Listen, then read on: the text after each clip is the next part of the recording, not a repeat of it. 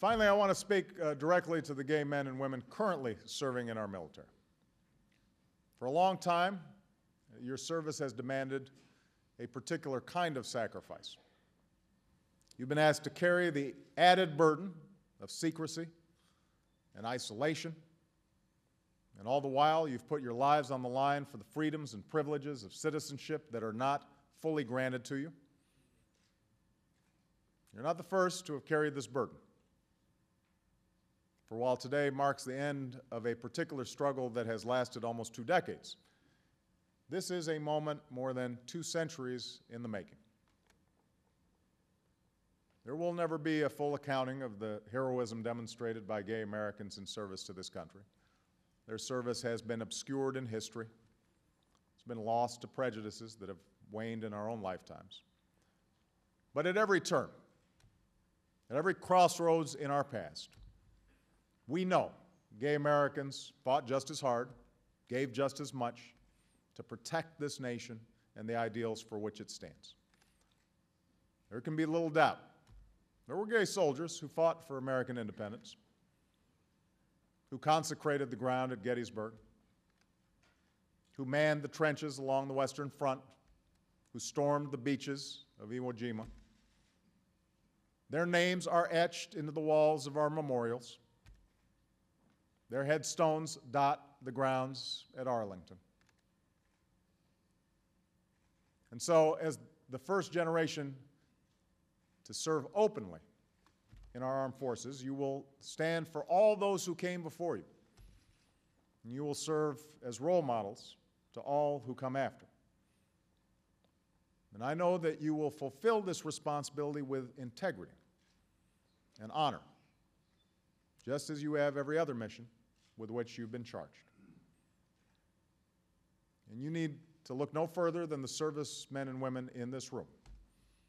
Distinguished officers, like former Navy Commander Zoe Dunning.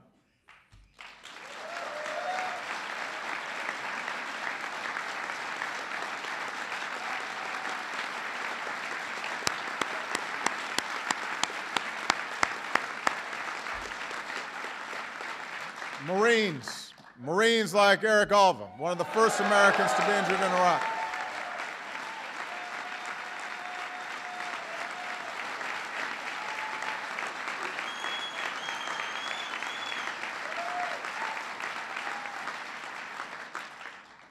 Leaders like Captain Jonathan Hopkins, who led a platoon into northern Iraq during the initial invasion, quelling an ethnic riot, earning a Bronze Star with valor.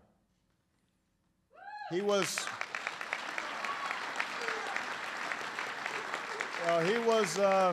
discharged only to receive emails and letters from his soldiers saying they had known he was gay all along and thought that he was the best commander they ever had.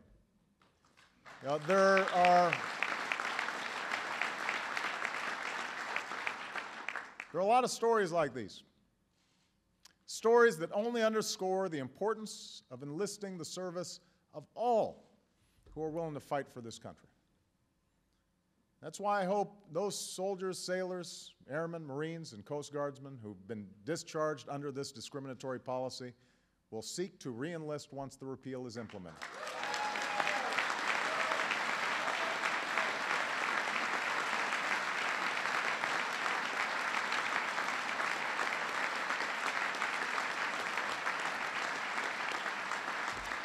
That is why I say to all Americans, gay or straight, who want nothing more than to defend this country in uniform, your country needs you, your country wants you, and we will be honored to welcome you into the ranks of the finest military the world has ever known.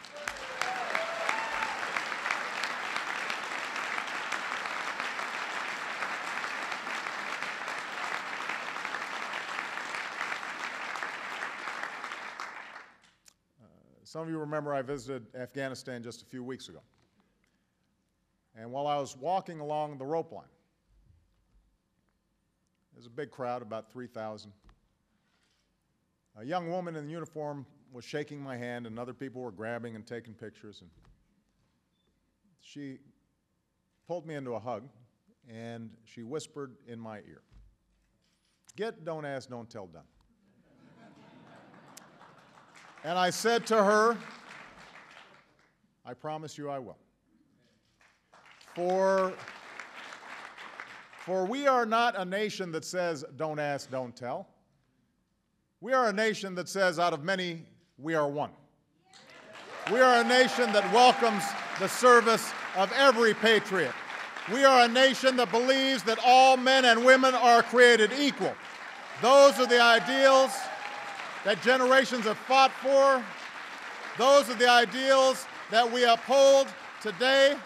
And now it is my honor to sign this bill into law.